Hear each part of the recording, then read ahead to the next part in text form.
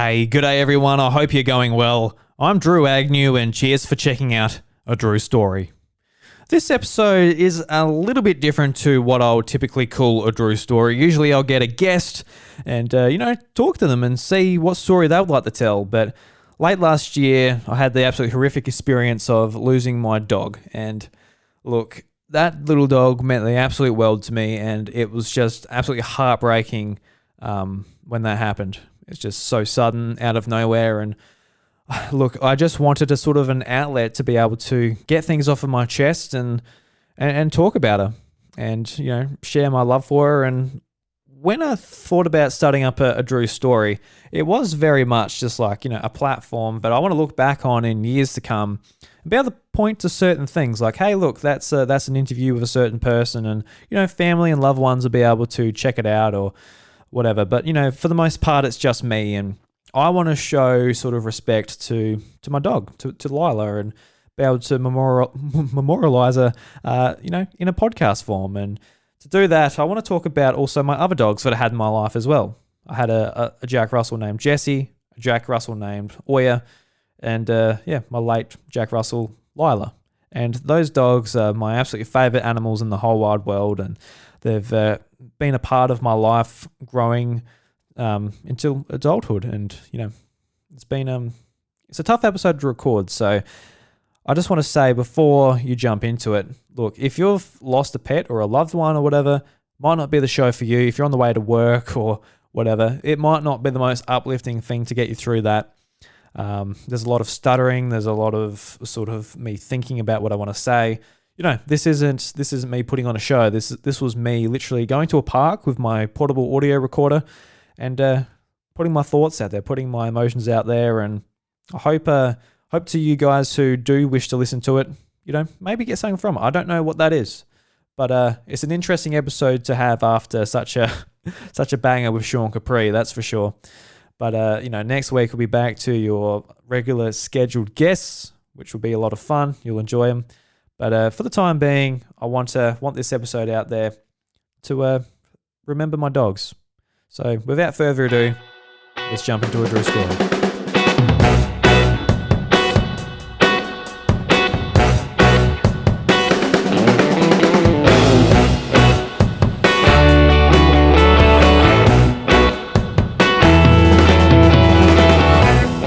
G'day everybody, and welcome to a Drew story. I really do appreciate you guys listening to this episode.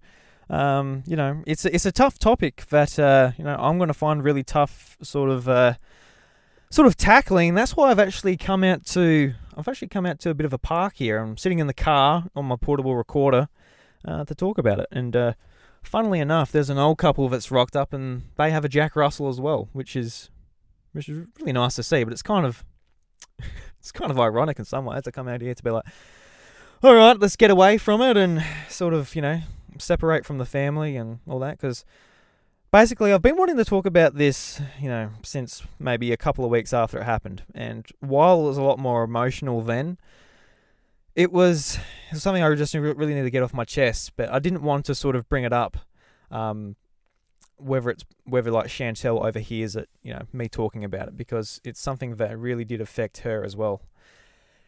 And don't know, it still really, really sort of rubs in deep, the loss of my dog.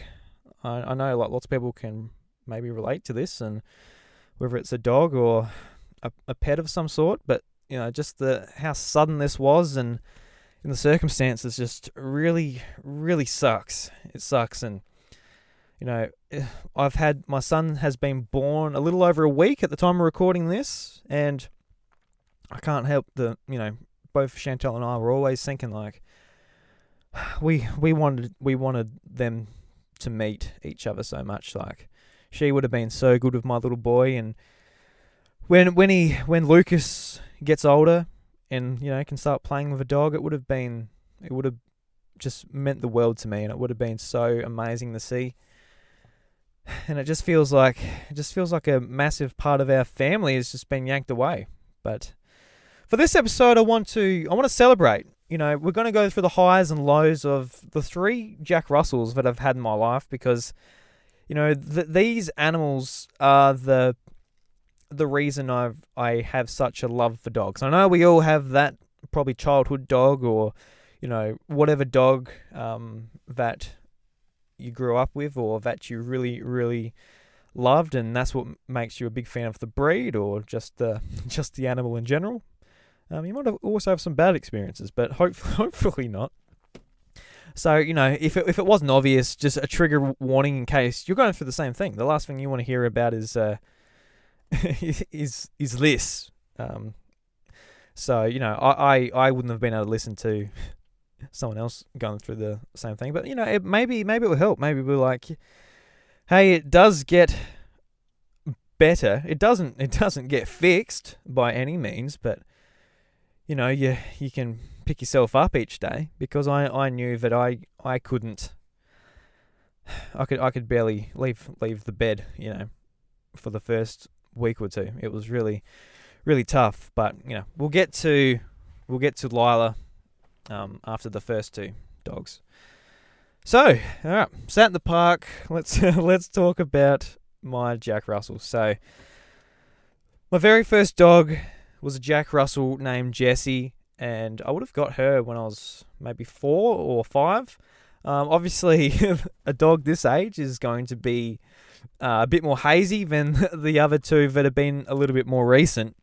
But this was the time that I really did fall in love with dogs and the Jack Russell breed just in general. Like, I think they're the most loyal, loving little animal that you could ever have, and all three of them have been no exception. And it's weird because the breed seems to have a bad rap. It's always like a little yappy, just nippy little thing. Everyone's like, oh, you wouldn't want that around your kids or whatever. But when I was a kid, I loved this thing. She was like my little sister. Being an only child, a dog was really, really important. Like, out on the farm, by myself, I could entertain myself pretty well. But my dog became basically like my sibling. It was so important, and I still remember it really quite vividly, actually, when Dad brought Jessie home, and Dad came home. So I got you a present, and Dad he was out checking the sheep or whatever at a different block, and at that certain particular block, he usually goes past like the general store. It's like a tiny little store in a little town that's sort of in between bigger towns. And quite often he'll get me like a packet of chips, or like or a chocolate bar or something like that. And I thought he got me a Milky Way. Milky Ways are fantastic. I'd still appreciate a Milky Way, but when he come in, he had like just a big belly. He looked like Father Christmas with someone who actually like stuffed up pillows up his jumper or something. I'm like, what's that? Like, that's not a Milky Way. That's a bit bigger than a Milky Way. And he sort of peeled off his jumper and put down this little puppy. And I just loved that little dog straight away. She was just she meant the absolute world to me, that dog. And, being able to have something to run around the farm with, keep me company. And we used to do all sorts of things. And like, these are things I would not do today. I definitely would not do these today. This is a kid who's got no idea of about hurting themselves or the consequences that, could happen with doing this. But, on the farm, we've got like, dog kennels where we keep the dogs, and basically it's like built up. So, when the dog goes, poos and wheeze, it falls through and doesn't just clog up where they're sleeping and that. But underneath, all these rats burrowed all these holes, and it was just full of them. And 5-year-old me, I'm gonna assume I was 5. I might have been 4. I don't really know. It's a bit hazy. I can't quite remember what year or whatever it was. But I got an axe and a shovel, and I just like I was like digging up these rat holes. And what I would do is I'll put my arm down these rat holes, and like feel with my fingers. Oh, I can feel some fur. And what I would do is I would grab the rat, pull it out of its nest, and throw it to my dog, and the dog would, would kill it, and then I'd get the rat off of the dog, and then I would hang the rat up by the tail. And I know there's going to be some animal activists out there, but like, oh my god, you're so mean to rats. And it is what it is. I don't particularly feel that bad for the rats, but just thinking back to it, like, I would never put my hand down a hole. There could have been snakes down there after the rats. And of course the rat could have bitten me. I got bitten once because I got really blasé with it. I got a rat out, and then I tried I think I just held on to it a bit too long instead of just grabbing it out and chucking it out. But yeah, that's just a really weird memory I have of Jessie. She was just an absolutely beautiful dog, and we used to go around everywhere. We had a bit of a dam at the front of the farm, and had a blow up boat, which I just I sort of just went out there and floated around, and went swimming in there and all this stuff. And I've got a photo of her in the blow up boat on a cheap spy camera I got. It's just a kind of a disposable camera, but it's got a spy filter around the outside to make it look like it's a spy camera. You had to take it to get produced and stuff too. This isn't just a smartphone or whatever that we have now, but it was really really weird, because why would you want that filter on it? It blocked out most of the photo, but it was a fun toy, I guess, when you're a kid. And we used to go around the hills and find rabbits. I remember trying to chase this rabbit, trying to catch it with my dog. There's no way in hell you're going to actually catch a rabbit. I had no chance. But I think I remember that in particular because my mum we had to go to town or something, and she was screaming out for me, Drew, for half an hour, looking for me. But I'm just in the paddock with my dog chasing rabbits. And that's what a lot of my childhood was, honestly. Just going around the farm with my dog, just doing stuff that's maybe a little bit dangerous, maybe a little bit strange, just exploring, and I had a lot of fun with it. And I know, I've been doing the House of Mario and Nintendo podcast for 5 years actually, coming up to this point. And when a lot of podcasters are talking about their childhood and stuff like that, they're always referring to games oh yeah, I used to play Nintendo 64 when I was 5, and and that's all great, but I didn't get into games until I was about 9 years old when I got my Game Boy Advance. So a lot of it was just it was just fucking around, and a lot of it was to do with Jessie. And yeah, absolutely love Jessie. And my next dog actually sort of runs in with Jessie, because my next dog was Oya, who was Jessie's puppy. And this was a little bit of sex education for little old Drewy here, but we were somewhere. I think our neighbours pulled up next to our car, and they were talking to us. And Jessie was doing her thing, sniffing around and whatever. And there was another male, Jack Russel, that jumped off the back of their ute and did his thing. They knotted. That's the term for dogs, by the way. They knot. If you want to know why, look that up. But sounds just as gross as it is, to be honest. And yeah, Mum and Dad were just like, hey, guess what, Drew? You're gonna have some puppies. Jessie's having puppies, and so excited for that. Just waiting for Jessie to give birth, and I just could not wait. She's as we're running around, she's just getting wider and wider and wider, and slower and slower and slower. And she's trying to keep up with this 5-6 year old. Oh no, I think it would have been 9 at this point, I reckon. Yeah, I remember that, because I believe it was 2003, because for some reason 2003 is a memorable year for me, because that's when I met a good amount of my friends and all of that. So I think it was 2003 she had the puppies. And when she had them, just the first week or so, they just lie there drinking, eyes closed.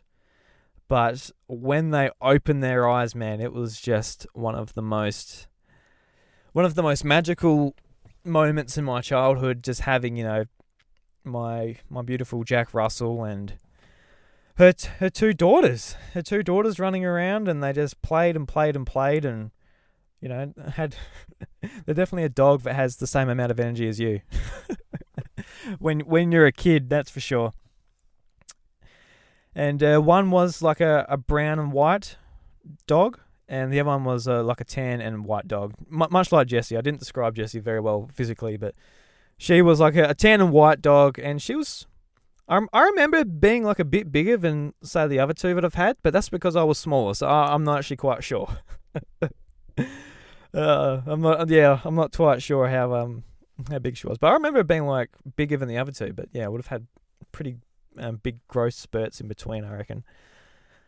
So yeah, and it was actually kind of a scary time because Jessie, she got milk fever with her puppies, and it was it's really scary to see when you're a young kid and your dog, like what milk fever basically does is just it makes them like shake. It's like, oh my god, what's wrong with you type of thing. And it turns out that she couldn't her body couldn't keep up with the milk production that she needed, so it like made her body go into shock, and it was just like just really scary seeing your dog go through that. So we ended up having to well, mainly my parents. I'm not not a responsible wasn't a super responsible kid at this point. I was still a little boy. But yeah, we had to hand feed the two puppies, which turned out alright, but made it a little bit harder. Made it so Jessie needed just to rest basically in her kennel while we fed her puppies, and yeah, it was just it was a bit sad really, but we got through it. And when the puppies got a little bit bigger, I basically got the word from mum and dad being like, hey, you can't have 3 dogs. All right, mate. We've already got some working dogs here. I think we would have had 3 or 4 working dogs. So, me having 3 dogs and basically my 2 parents having 3 or 4 dogs, it wasn't on the cards for them. Don't want to take up too much room and too much money and all of that, all the responsibility. Obviously, a lot more responsibility with 3 dogs instead of 1 when you're a 9-year-old. So it's fair enough. So they said, you know what, you can. I can't remember exactly what happened, but I don't know if I had to fight to be like, no, can I at least keep 1? Or they said from the very start you can keep 1. I'm not quite sure, but I ended up basically having to choose which one gets sold off to another home, and the one that I get to keep. And I chose the I guess it was a bit of biasy because I chose the one that looked more like Jessie. I chose the tan and white one, and the other one got sold off to a friend of ours, basically a family friend. The son, I guess he is a family friend, but he's basically my dad's best mate's son. That he got sold off to, and I remember I got $50 cash as a 9-year-old. I was like, holy shit, what am I going to do with this? How many Digimon Tamagotchis can you buy with this bad boy?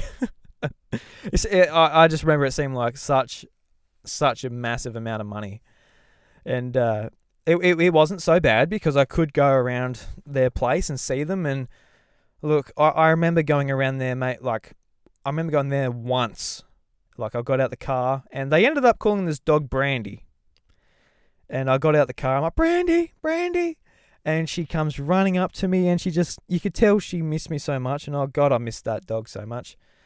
And I might have done that 2 or 3 times. I can't quite remember. It wasn't that long, really. And then I did it another time. I went to Steve. I said, "Where's Brandy?" And yeah, she got ran over, which that really sucked. And I think I guilted my parents a little bit with this. I'm like, I really wish we got to keep her. Who knows? Shit happens. It's not like shit can't happen with me. It obviously did, which will be later in the show. I'll be touching on. But yeah, I remember that just being like, oh shit, what could have been type of thing. What could have been. But the dog that we did keep, I remember but it didn't have a name for a long time. We couldn't come up with a name. And obviously the other owner calling the other puppy Brandy. It's like, he liked his alcohol. Let's put it that way. He liked his alcohol, so he calls his dog Brandy.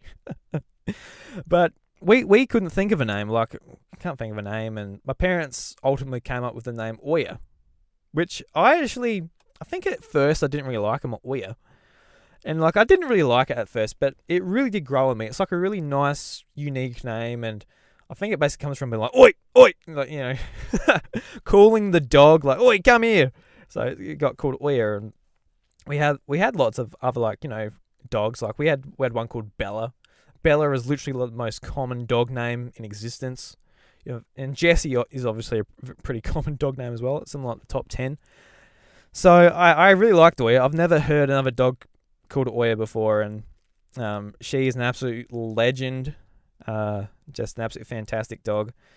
And I'm glad that I at least had her, because in 2004, the following year, Jessie, she passed away. She got bitten by a snake, and like when I say Jessie was like a sibling, was my sibling. Like I really do mean that. Like she was my best friend. Like at school I had friends. So like I had like good friends in kindergarten, and then like they were like a grade above me. So they went to primary school before I moved there. So I sort of lost touch a little bit.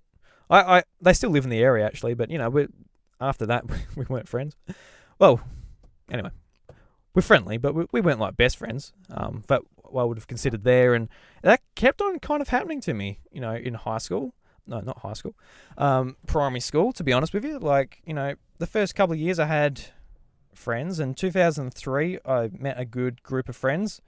Anyone listens to the House of Mario, I met Bryce then, and he was a friend of he was like the friend I kept in touch with, to be honest, out of that group.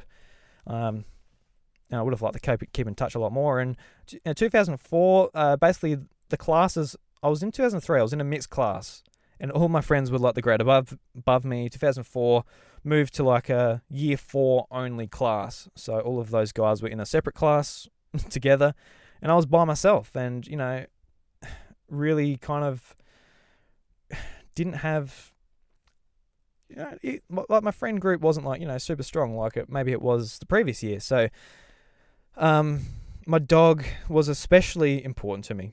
Get home, I would go up and let her out the kennel, and we'll go and play and do stuff together, and explore and all that. And not having that just really hurt, man. It really sucked. And how it happened was it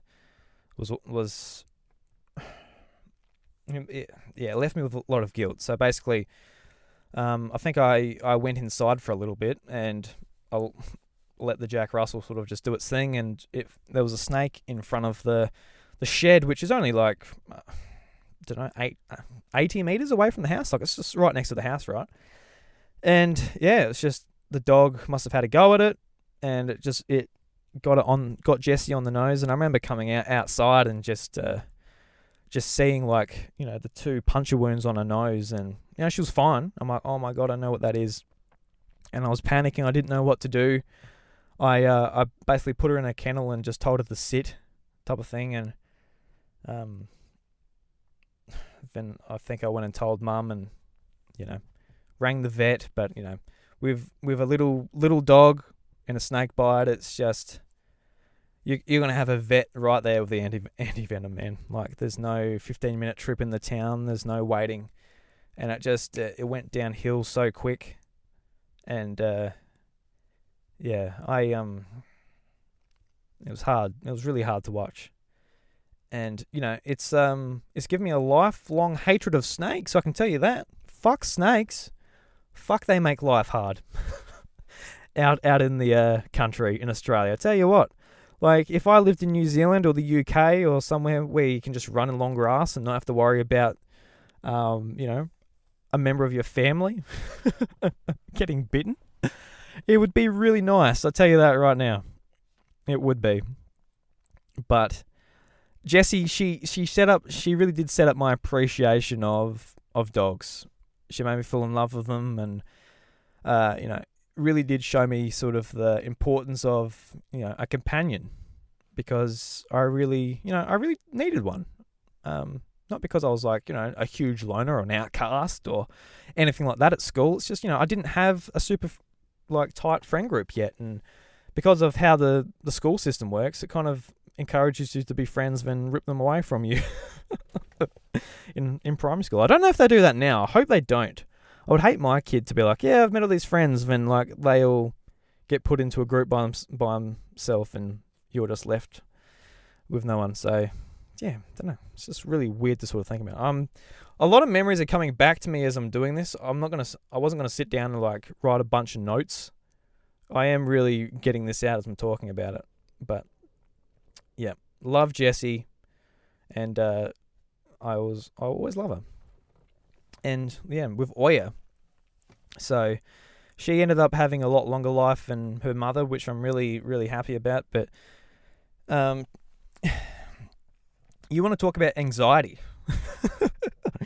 You lose a dog to a snake, then have her daughter be like, all right, I'm not going. I barely let her away from me. Out in the farm we don't use leashes or anything like that, so it was very much just she runs off 50 meters. Oh yeah, come back! Just constantly calling her back and all that.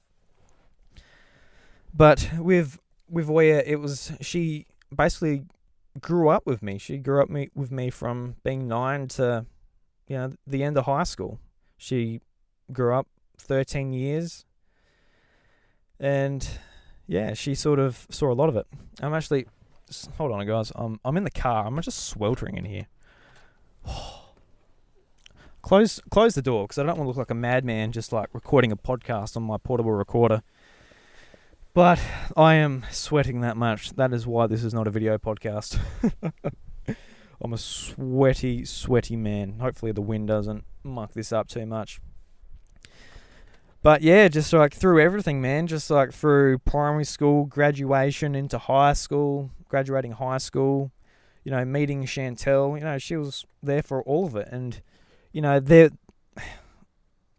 guess the regrets I have with Oya was the last few years, when there's a lot going on in your life, when you're finishing high school and you've got a girlfriend and all of the stuff that occupies you, your job, all of that boring crap, and not being able to take her into town for the first year that I moved in, because we just had a rental, so she was out on the farm, and certain times of the year I wouldn't be out on the farm every day. It would be very much all right, I'm going out to see mum and dad, and I'll also see my dog then.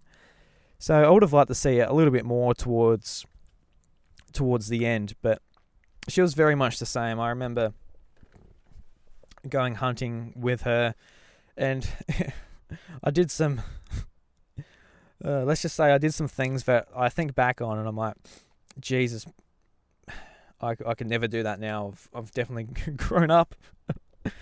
Yeah, but it was just a bit of a pack, me and my dogs. Yeah.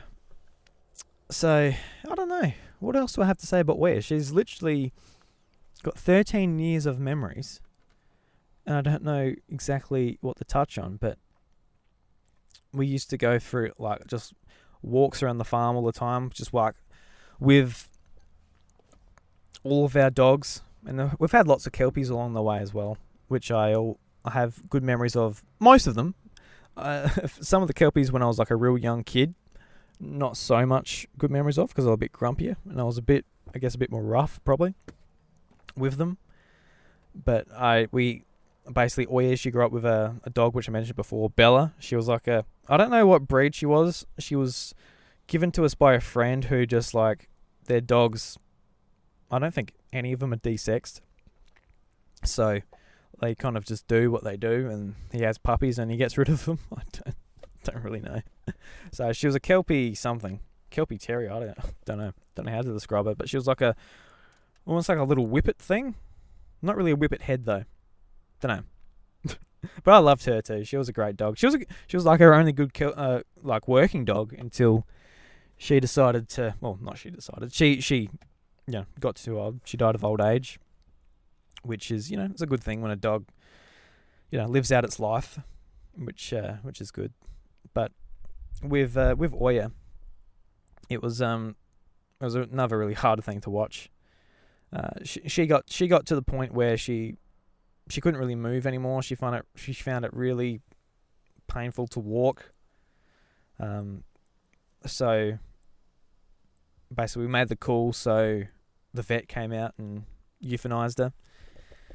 And what typically happens on the farm is, like, when a dog gets to its old age, instead of going through the processes and all that, Dad just he usually just takes them out and shoots them. And personally, I could never do that to my dog. I could not do that. I'd find that, oh, Jesus, yeah, I just couldn't do it. Just couldn't do it. I've never seen Dad do it to any of the dogs or whatever. I would not want to watch that. That would be extremely difficult, as I could imagine a lot of you guys out there be like, holy shit. But it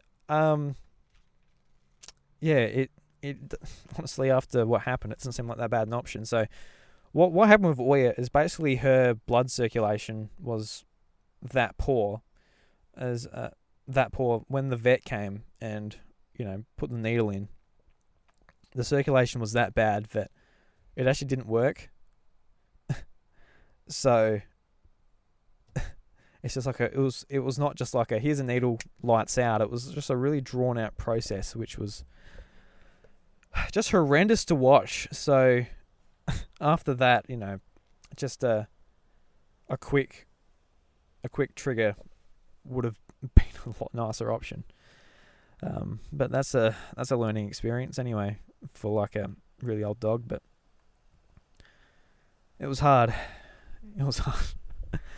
I apologize. I don't know what the show is going to be like to listen to. I imagine it's going to be very hard and very difficult if someone actually sits through and listens to this.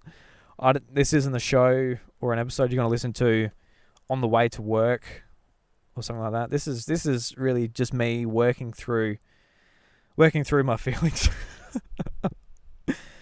But I know people can relate, and it is a celebration of them. So, yeah. So Oya, just the best pet I've ever had.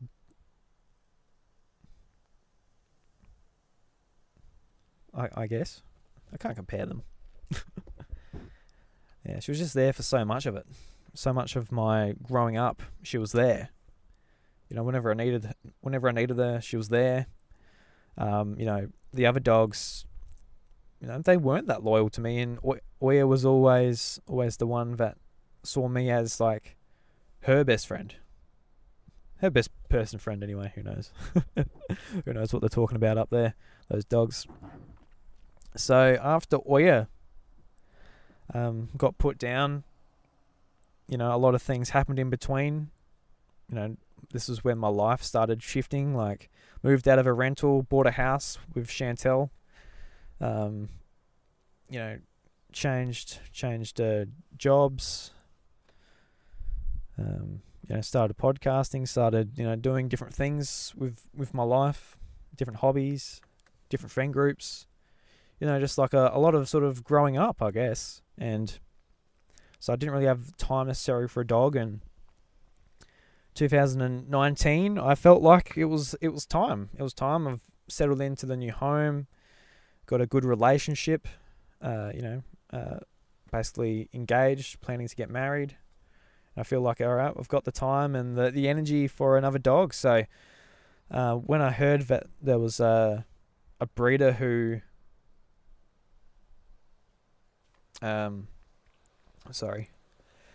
when I heard that there was a breeder that actually had a litter, because I knew the guy, I'm like, oh. So sent him a text message, and he said, come out and have a look, choose one. And yeah, there's basically two litters. He had like the mother, an older Jack Russel had a litter, then another younger Jack Russel had a litter. And I chose one from the younger Jack Russel. Apparently he reckoned those pups were better or whatever. I'm like, okay, yeah, cool, whatever. Not too fussed. If you think they're better, that's good. I'll look at them.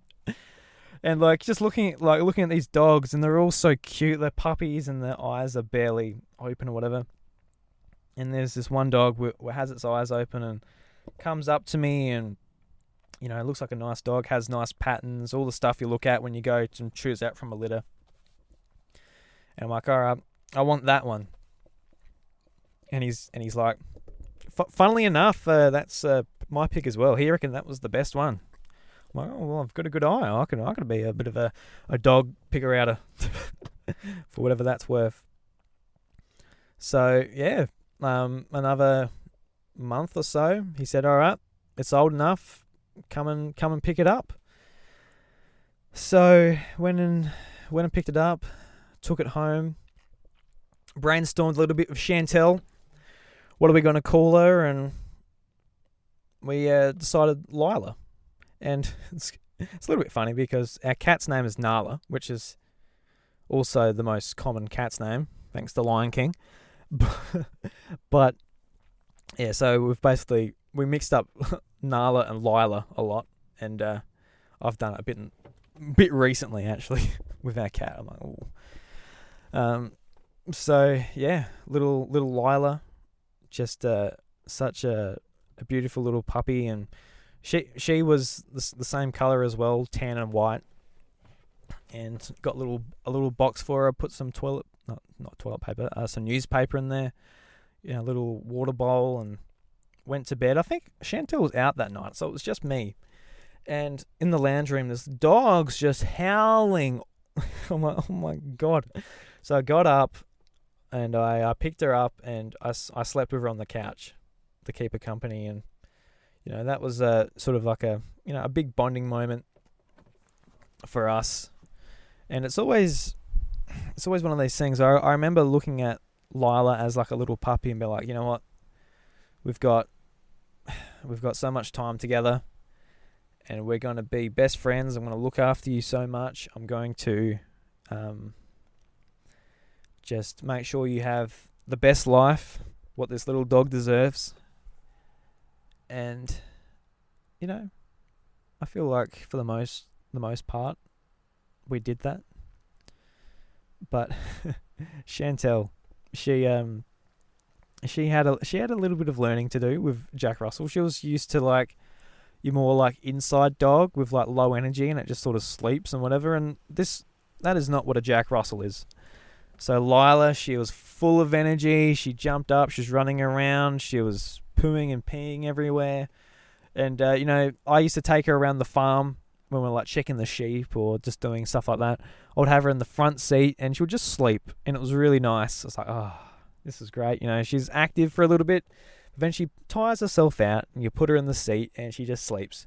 So when you open the door, get out, open the gate, move the vehicle through to the next paddock, she's just asleep, and she was very photogenic for Instagram, all of that type of thing. It was great. But that didn't last long. She was just full of beans, barely slept. I don't even know if she slept at night time. That's how active she was. And Chantelle's like, oh, I can't stand this dog.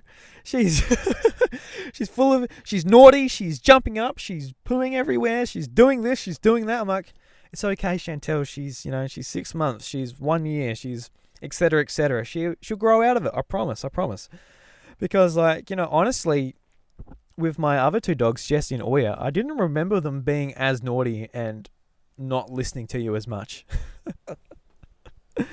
But this one, man, she was a handful.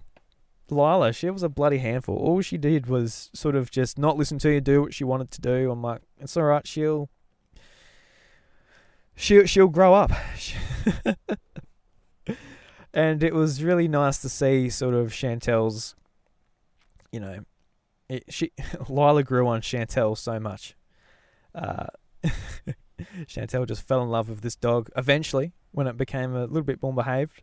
She wouldn't be like an award-winning just obedience dog or anything like that. That's for sure. But she definitely likes sitting when food was offered, and she loved going for drives. Every time I just open the door, she's just bam into the car, and it was really, really nice. And like, you know, living out on the farm, you know, no inside dogs or anything like that. But being in town, I'm like, oh, you know, I softened up. I was a big softie. I'm like, tell you what, dog, come inside. And, you know, I didn't appreciate the fur on the couch, but I just loved like the pats and the cuddles that we got. And, you know, it was just really nice. And just like, even like moments where, all right, dog, come inside.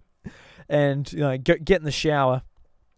And the dog would just like sit and watch. And, you know, that sounds a bit creepy when I say it out loud like that, but, you know, it's a dog, you know, calm down. She'd just sit there and wait for me to be finished and, you know, maybe get fed afterwards or whatever she was hoping for. And I used to love like getting a handful of water and throwing it onto the shower screen.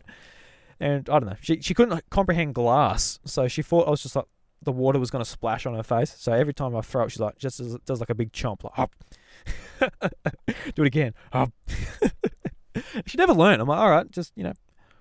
She never realized, oh, well, there's glass there. I don't have to react to water being thrown at me. But yeah, we used to go for walks all the time as well. And she would be, I could never teach her. She just used to pull on the chain as like, she just wanted to go as fast as she could. And yeah, I don't know why I couldn't teach her that. But like, you know, you're like no, and you'll stop and she'll be like, oh, okay, yep, no worries. Fan's like, all right, let's go. And she'll poof straight off again. And like sometimes she would behave herself over, you know, just too much energy.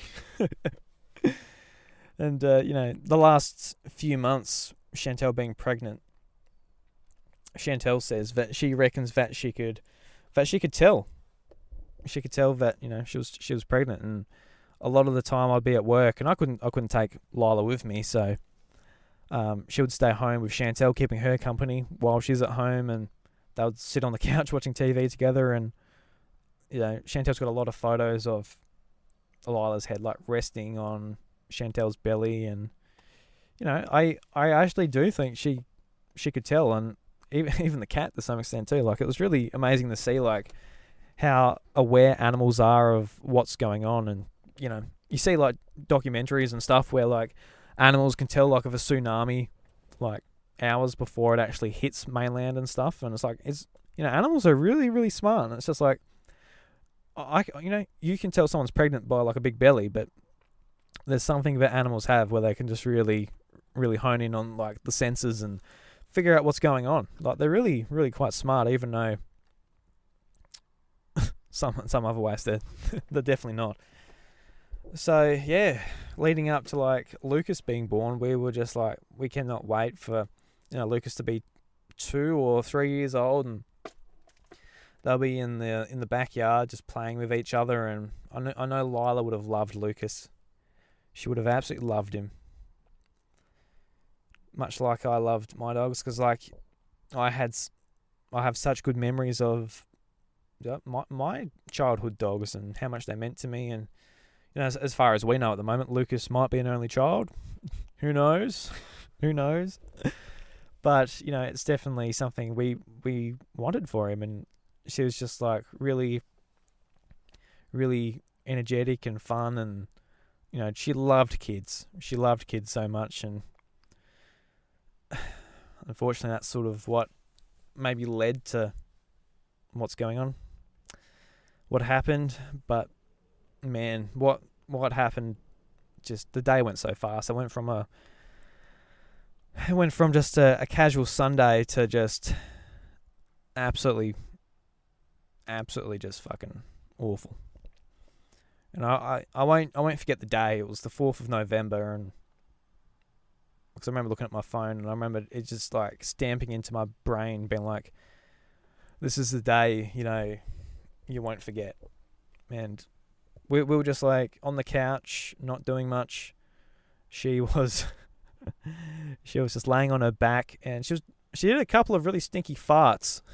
I'm like, oh my God, what have you been eating, dog? So I remember Googling, why dog fart so much or something like that. And Chantelle looked at my computer and just like started cracking up laughing, and we're just like, oh, you silly dog type of thing, and rubbed her on the belly. And It came to lunchtime, and I wanted to go and get something to eat. And Lyla loves going for rides, for drives. I'm like, well, you may as well come with me, dog. So I put her in the car. And, we live on basically a dead-end street, so the traffic is just, minimal. There's barely any traffic. So quite often she just runs from the straight door. So from the front door straight into my car, hops up, sits on the passenger seat, and waits for me to get in. I'm like, all right. That's just what we've always done. So I didn't have a lead on. And I went and got my food, and got back. And I opened the door, and next to our neighbours there was some kids playing, and you could hear them laughing and giggling, and that just triggered her straight away. So she ran over to the kids, which are just next door, and I'm there like, oh, come on, dog, come back, because she's quite typically just a dog that doesn't listen. I'm like, come back. So I'm like, all right. Then she sort of loses interest and goes across the road and sniffs around like the neighbour's front yard. And then I'm like, oh, come on, dog. What are you doing? Type of thing. And she goes, oh, all right, time to go back. And she just goes straight into the road. And that's when a car just happened to be coming. It was just absolutely, I can't believe, especially looking back on it, just how unlucky the whole thing was. And it took a long time. It took a long time to sink in. When it first happened, I'm like, oh, god damn it! I've got to. It's gonna be going to the vet and fixing a broken leg. Oh, and obviously a hurt dog too. Oh shit, and then picking her up and putting her down, and slowly working out that this is very bad. But in a couple of minutes, she's gone. And my body just went into shock, and I was just on the ground hugging her, just howling. And and it's really weird because I still remember how this felt. I was just in hysterics, but my brain was still normal. It wasn't upset. It was just, and literally in my brain, I was just going, oh my God, are you hearing this? How my body was reacting, my brain had not caught up to it yet. It was that sudden and that quick and that extreme that it didn't set in. I it was such a weird experience. It wasn't just oh my God, I'm so sad straight away. It's just my brain's oh my God, what the fuck is my body doing? It was, I don't know how to explain it other way than that, but it was something, that's for sure. Just to actually be actively thinking, oh my God, are you hearing yourself? What the hell? Calm down, type of thing. But what we did is, we got in the car and we went out to the farm. And out in the farm, we've got a tree near the dog kennels.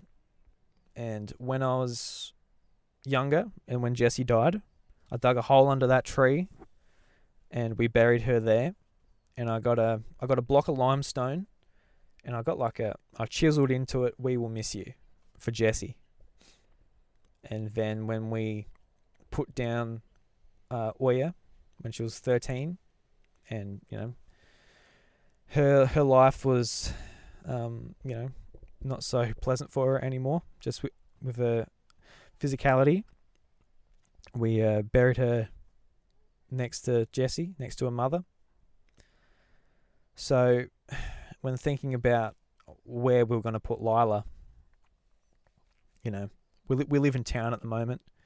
I don't know if that house is going to be a forever house. I got no idea whether we'll move in the next 5, 10, 15, 20 years.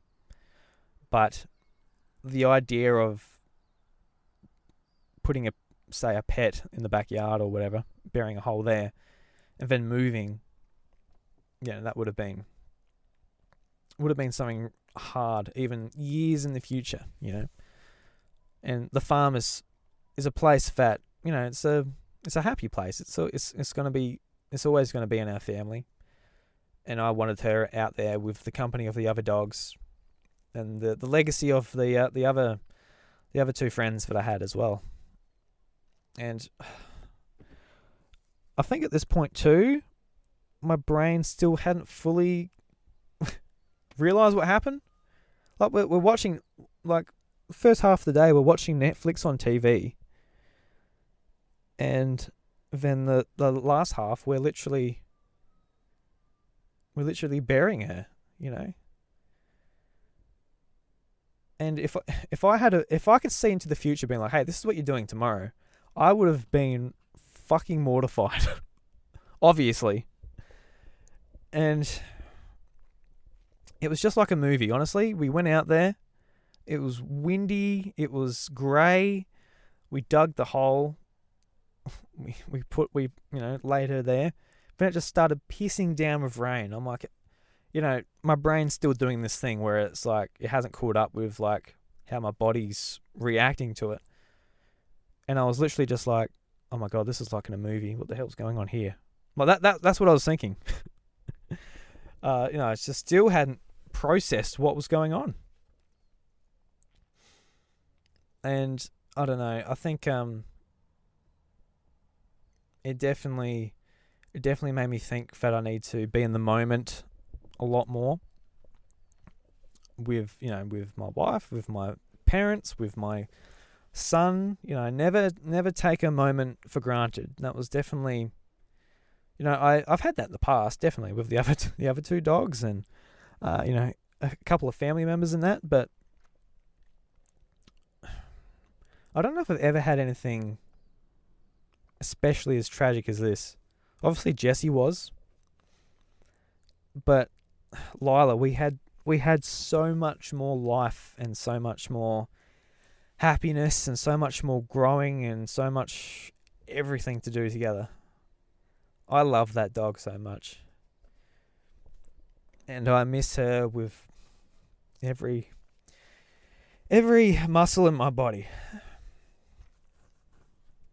And, I feel a lot of guilt of what happened. I should have had her on a lead, even though it was mostly a safe environment. And just, her actions of running off because of something she thought was interesting. And, no blame to the driver because, I honestly, I was in the same position maybe a year or so before this. I was driving home from the farm in the dark. I was coming up to a cross section. A car just it gave way to me. I'm like, oh, yep. So what I did is I dimmed my lights as I was approaching the car. And just before I went over the crossing, I'm like, what the hell's that? And it was a dog. It was a Jack Russell as well. And I slammed on the brakes and it wasn't enough. I get out the car. The dog's, in the middle of the road, and the owner gets out, and it's this, it's like a lady, and, she explains to me she was out walking the dog, and, she didn't think coming up to the crossing. She's out in the middle of nowhere, and it only takes 5 seconds. 1 second. It doesn't take any time at all to make that mistake. And, this is a bit of a weird analogy, but that weekend I was playing Forza Horizon on the Xbox. And just for those that don't know, it's a racing game, and basically in that game, if you make like a bad turn or you have a bit of a crash, you press the Y button and it rewinds about 10 seconds, and you can take that corner again. And quite often all it does, all you need to do is take a bit off the accelerator, maybe flick the stick a little bit to left or right and correct yourself, and you do an awesome turn around the corner, and you don't have to worry about that crash you did earlier. And while it sounds silly, and obviously I know video games are video games, but all I did was sort of, I'll stand in the shower and I'll just wish that I could do that differently. And I'm sure that woman felt the same. Before she gets to the main road, cool the dog and put her back in the car. It's that simple. And, it was that simple for me as well. Just leave her in the car for a minute, then go and get her and put her back inside. Or put her on a leash and walk her in the house. Or just sit there for a minute, and that car would have driven to their house and then get out. Because there's lots of blame you can put on people. And while I put the most blame on me, what basically happened was my neighbour came out and did the best they could do to help. And they've got 2 or 3 kids, and they mentioned that that particular car who lives at the end of the street always speeds going past, and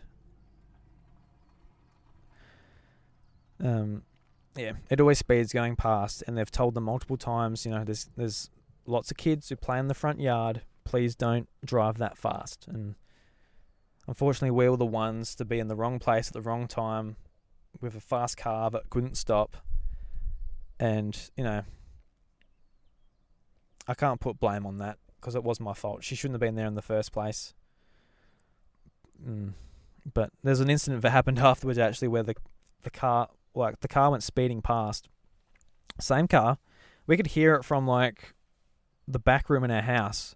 And then we just heard our neighbour just go ballistic at this car, and he ran down the street, and it was a bit of an issue there.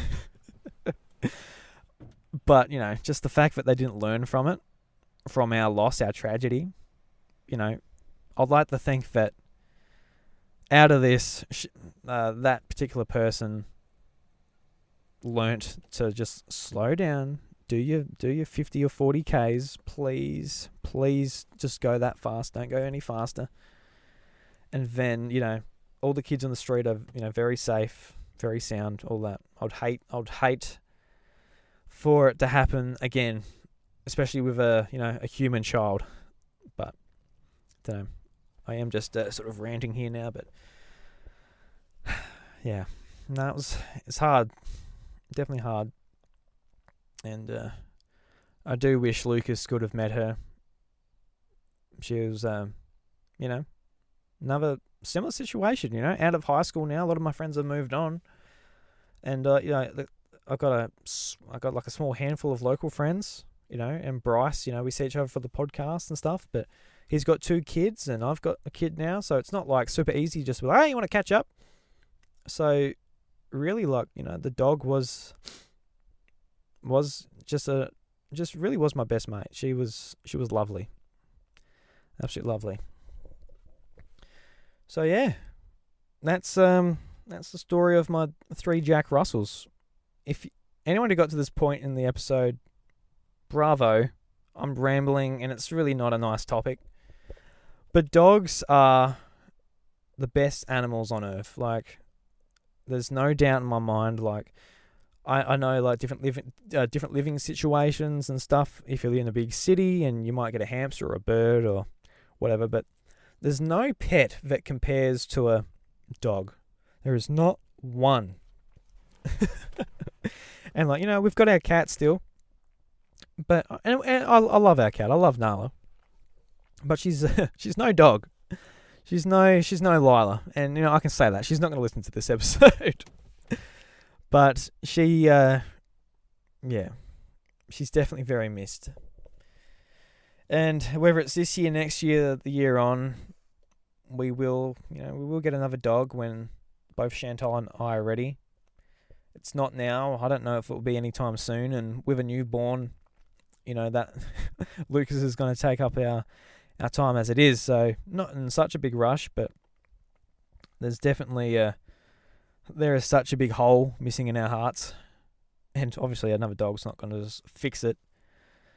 But it's the start of a new, and hopefully we can have a better run with the next little guy. So yeah. But yeah, actually talking about Lucas, having this happen before he was born and being a first time father, it had me a lot more anxious than I was. I was pretty confident about becoming a dad, but after that having happened so quick, I was like, oh my God, like, I've got to do this with a human, and it's gonna be 10 times worse if even like the boy gets like a little scratch or something. It just puts the fear of life into me. And now that I've actually got him, out in the real world, and I see his eyes, and I fall more in love with him each day as I hold him and change his nappy and feed him and all that. I hope I can just, keep my family safe. Because I really don't want to go through anything like what we've gone through in the last couple of months. But yeah, love Lyla, love Jessie, love Oya. And yeah, I'm going to, I might put the question to you. So if you got to this point like I was rambling before, thank you so much. I appreciate it. I know this is hard to listen to, not only because it's a tough topic, but because I'm literally just rambling in my car with a portable recorder. So that's okay. But yeah, I want to know about your dog memories, your happy dog memories, whether it's your childhood dog or the dog that you have sitting on your lap right now. Let me know. Send me a message on Facebook or Twitter @iDruby. Do a personal message, or if you want, you can use the hashtag a dog story. Yeah, a dog story. Use that hashtag a dog story just on Twitter or Facebook, and let me know about it so I can see it. I'll be really happy to know that, because this is a celebration of my dogs, and they meant so much to me, and they made me sort of who I am today. They brought me through some of my darkest times, and they're some of the best members of my family, actually, to be honest. Apart from my parents and my wife. I have to put them above the dogs. Don't have a choice. Even if I did like the dogs more. But thank you very much, and I'll talk to you another time. Alrighty guys, thank you so much for listening to this episode of A Drew Story. And guys, I really do want to take you up on that offer. Please, please, please leave a picture of your dog with the hashtag A Dog Story. Look, I just want to share the love for our dogs and our pets and our companions with one another. And look, if you got through all this episode, you might need a bit of cheering up. Go and pat your dog. Go and give it a big sniff. Get a nice big lick on the cheek. That'd be nice, yeah. And of course, you can leave us podcast reviews on Apple Podcasts and Spotify. That'll really help out the show, because yeah, we enjoy what we're doing here. But until next time, guys, catch you later. A Drew Story is lovingly crafted and recorded in the southeast of South Australia. The show is produced and hosted by me, Drew Agnew. If you enjoy my work here and on my other podcasts, The House of Mario, Encore at the House of Mario, and Kraken Furfies, help spread the word by sharing us with a mate or leaving a 5-star review on Apple Podcasts and Spotify. If you would like to show further support and help me achieve my goal of freeing up one working day a week to spend more time refining and creating podcasts, please consider checking out patreon.com/iDruby, where for only $1 you get access to my secret recordings where I share everything behind the scenes. A big thank you to the legend DJ for supporting the content at the podcast producer level on Patreon. From the bottom of my heart, thank you.